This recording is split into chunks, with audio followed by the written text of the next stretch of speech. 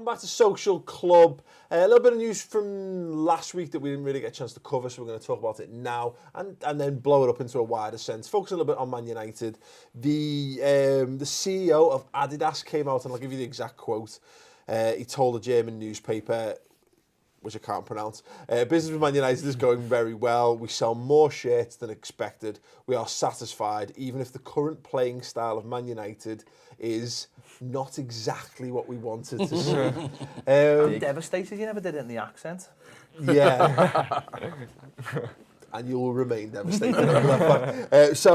What kind of prompted the question was something Ped and I were discussing earlier about how outside forces are increasingly starting to affect football clubs in different ways. So, you know, from a Man United perspective, and I don't know whether it was the Telegraph or the Independent who were discussing this and saying that, look, Man United, ultimately, if they're not going to be at the absolute pinnacle of football, then these sponsorship deals are what keeping the club going. They're the profit margin for Manchester United. So when you've got a company paying £75 million to make your kits start to say, we're not quite sure you're the right fit for us, it adds pressure to the manager. And I mean, is that what? Go on, James. What's your thoughts on that?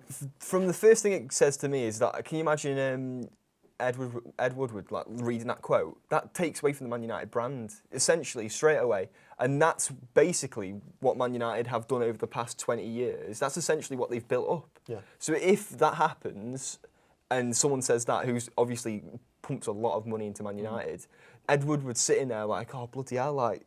This is a situation. I think he just sits there like that anyway. Permanently. So this is the interesting thing that's happening, not just with Premier League teams, but with lower league teams as well. You see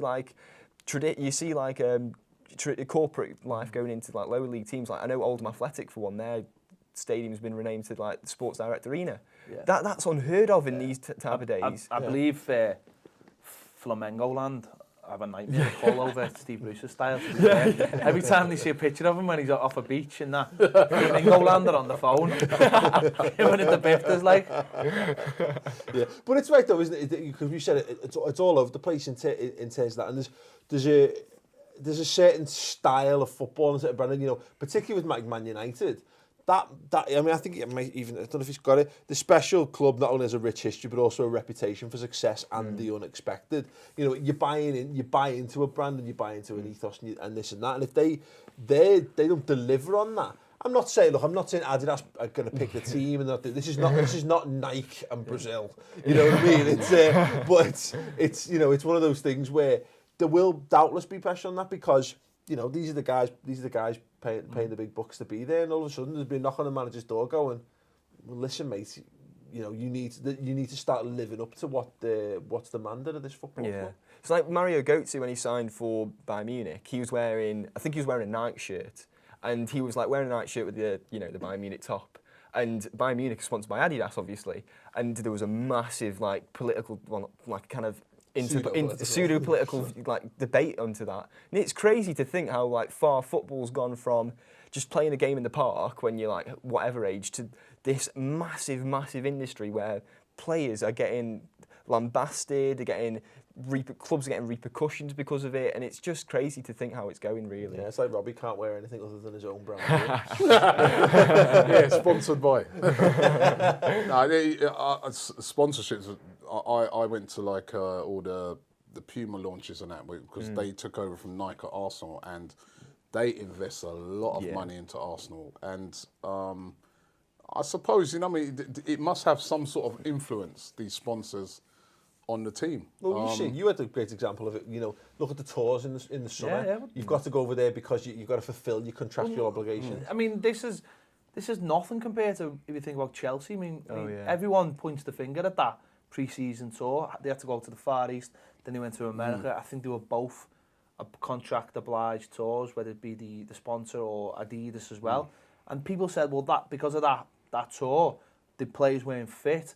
And that's had a knock-on effect, much more of a knock-on effect than a fella having a bit of a go on, you know, in a statement. So it is real. Even things like going to these after-season tours now, you know, going to Australia for a couple of weeks, and they have to take their top players because we don't want to turn up and watch the Rezzies or whatever. City sponsored by a country, literally. Exactly. So there are demands there. Two China and the UAE. Two essentially. You know, there's demands there now, and clubs, I suppose, in a way, though, that these people putting that much money in, that you think they do actually deserve a little bit of... Oh, no. I'm not saying say, but certainly over things like tours and that must be written into contracts. And I'm sure you've got to play 4-4-2 or one up front, or isn't in the contract. Like, not yet. Yeah.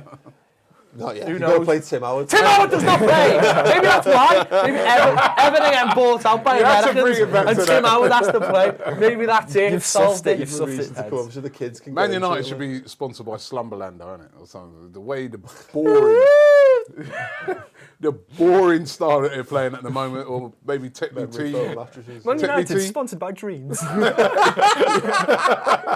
Dreams would be a brilliant sponsor for Manchester United right now. Yeah, there you go. Oh, mate, someone hire me at Man United, boys. Someone hire me. Oh, You're wasting your this talent to read marketing, Aston Villa. boys. Yeah. But the thing is, even like not necessarily being handed down from the massive corporates or whatever, you know, that driving to bring more revenue in and the money and all that. You see it with the tours in general. Not even like Liverpool don't even have necessarily a big sponsor going, you absolutely have to come over to Australia. And we want to make sure that Liverpool fans are seeing all of the world. You know, it's great. I think it's great when you see us the year before last filling out the MCG, like 90,000 people going for that game. It's absolutely phenomenal. But it's going there because they know you can. That game, Liverpool basically made, I think, something on the lines of like 3 times what they'd make on a normal one-off match day in terms of merchandising and all that. So it's like a no-brainer. But you you're don't taking want these guys across sponsors. the world. You don't want sponsors taking over because sponsors start to dictate which players you buy, and that has happened. Well, you're seeing that now. We're seeing that now. We're You've seen seeing that. rumours in the paper. You know, so and so's linked with so and so because they have the same sponsor. Yeah, you know, they want to be seen in that brand. You know, they want to be. You know, Ronaldo wants to be wearing a Nike kit or because there was rumours at the time. Listen, not saying these are true, but there were rumours at the time that Puma were dead keen on Arsenal trying to. Remember, we were linked with Balotelli, because Balotelli's a Puma guy. I mean, so those were rumours, but I'm sure it's happened across the world that there's players that just because they're. Well, I joked about it, but you know, like, why did Ronaldo start that World Cup final all the way back? Yeah, that was because of Nike. Yeah, exactly. You know, and it clearly exists and it clearly happens. It's only getting worse. I remember Chelsea. I mean, slightly different, but I remember Chelsea bringing in a player, and I think he wanted a particular squad number.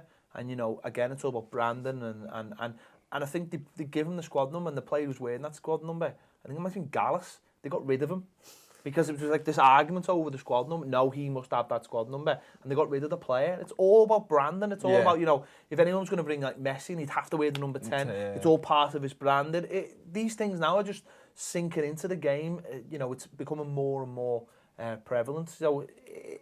You know, I think we'll see more of this as we go on. I can imagine, you know, Chang dictating to Martinez. Hey, but you nearly had it. You basically got 2 players given to you as part of your sponsorship. Because of Kajan. Well, we got given one, and then they realised he was the wrong one. And then they said, well, you can have the right one, but you can keep him as well. Just have him, 2 for 1, Eddie. 2 for 1. You've got the visa, lad. You get that off eBay when you order something from outside the EU, and they go... That was China as well. Yeah, it's faulty this, mate, and they go, it's fine, I've another one as well. But even that, you find things like that, don't you? You find teams buying, say, they may go and buy... Because I could never... I've forgotten his name now, but we bought a Korean player. Yeah. That to this day, I can never understand why we bought him. The guy that I forgot his name now. He hardly played the game. Monaco.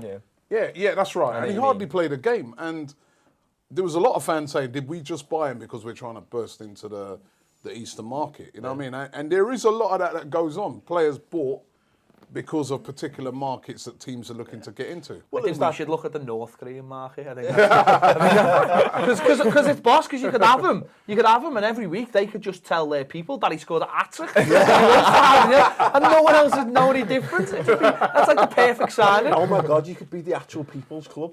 There you go. I think that's actually China. I think you're getting a little bit mixed up there. Did anyone see in Manchester, like around the end of the transfer window, when obviously Falcao and Di Maria came in? I was walking through Piccadilly, and Turkish Airlines, Di Maria, Falcao, all painted like all over the advertising on Manchester Piccadilly to the that station. Went down well. Yeah, and look how well that went.